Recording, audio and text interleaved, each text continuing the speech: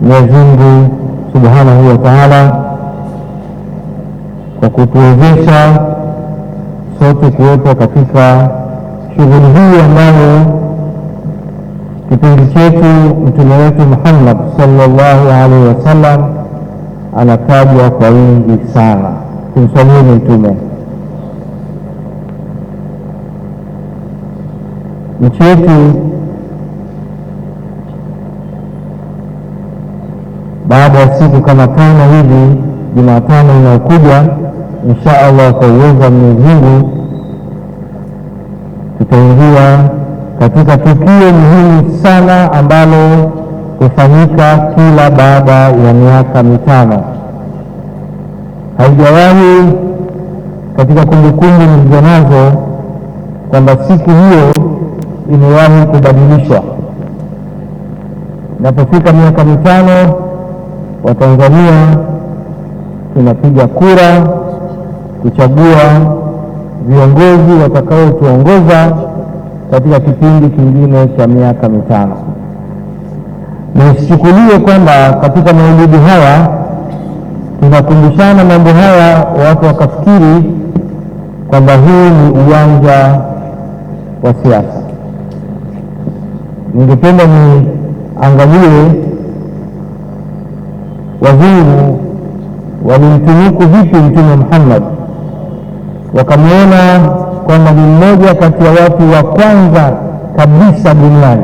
Na hii nimesema, kuna Marekani mmoja anaitwa Michael Hart amemweka mtume wetu kama binadamu wa kwanza duniani kuwapita kina Napoleon, kuwapita kina Jesus kwa umaarufu katika secular na umaarufu katika kuunda dini.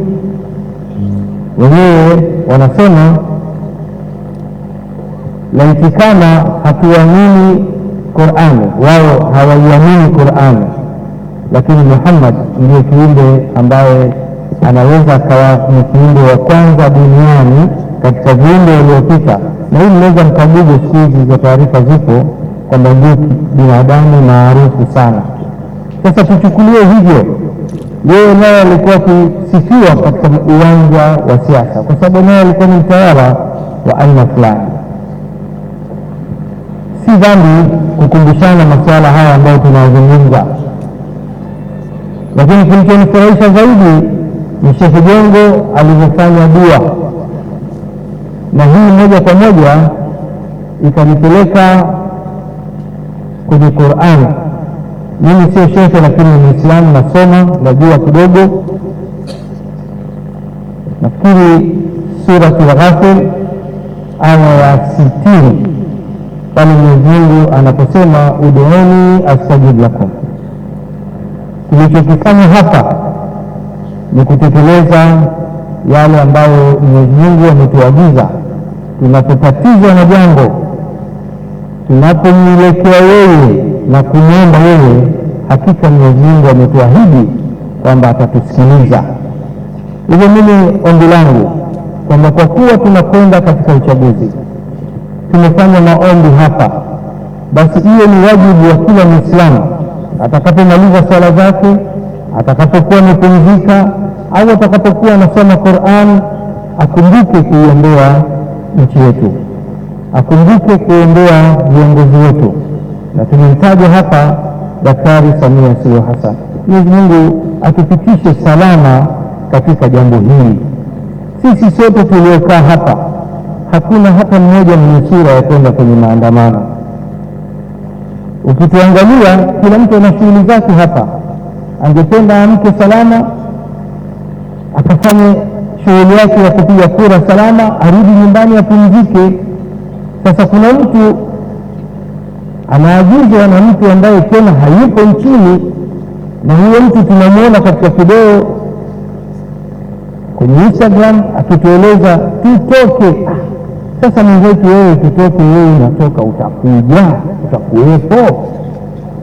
Sasa hapo ndio tunaposhangaza, lakini kuna watu wengine wanamsikiliza. Mwenyezi Mungu atuondoe katika makundi ya kufuata mambo ambayo hatuna faida nayo. Mwenyezi Mungu atujalie nchi yetu ifike salama na uchaguzi wetu uende salama.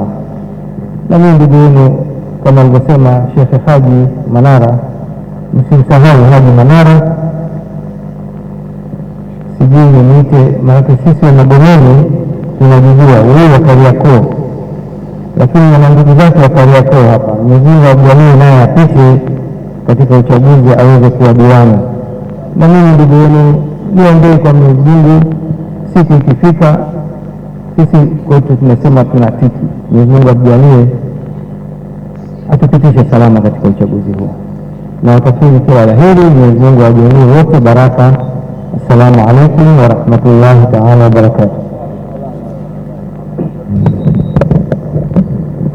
Wa alaikum assalam wa